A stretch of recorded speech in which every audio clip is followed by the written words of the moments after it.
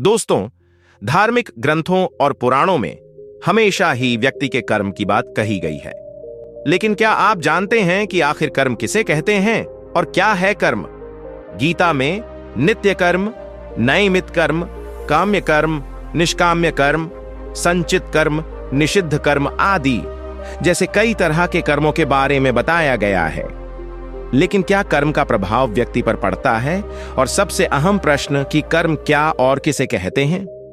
एक बार गौतम बुद्ध के शिष्य ने भी उनसे यही प्रश्न किया था कि कर्म क्या है और किसे कहते हैं। तब बुद्ध ने शिष्य को कर्म के बारे में बताते हुए यह कहानी सुनाई थी। एक राजा अपने मंत्री के साथ घोड़े पर बैठकर अपने राज्य का भ्रमण करने जाते हैं। राज्य भ्रमण के दौरान राजा की नजर एक दुकानदार पर पड़ती है और वह दुकान के पास रुक जाते हैं और दुकानदार को देख मंत्री से कहते हैं कि क्यों मुझे ऐसा लग रहा है कि इस दुकानदार को मैं कल ही फांसी की सजा सुना दूं। पता नहीं क्यों इसे देख मुझे इसे मृत्युदंड देने की इच्छा हो रही है। इतना कहते ही राजा वहां से अकेला ही चले जाते हैं और मंत्री उनसे इसका कारण भी नहीं पूछ पाते। अगले दिन मंत्री अपना भेष बदलकर दुकानदार के पास साधारण मनुष्य की तरह जाते हैं। वह दुकानदार चंदन की लकड़ियां बेचता था।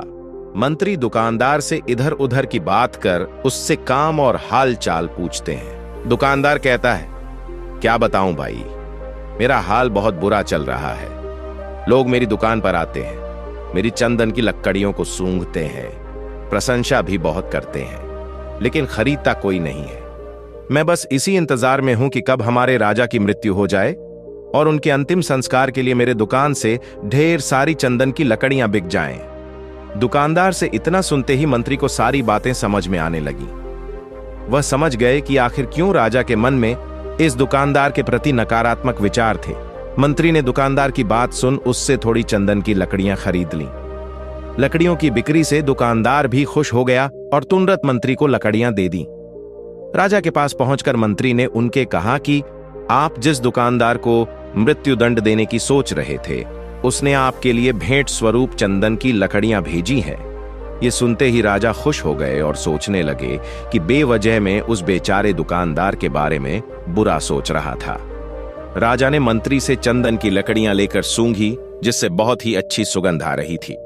राजा दुकानदार की लकड़ियों से खुश होकर उसके लिए कुछ सोने के सिक्के भिजवाता है। अगले दिन मंत्री दुकानदार के पास जाकर कहते हैं कि ये सिक्के तुम्हें राजा ने भेंट स्वरूप दिए हैं।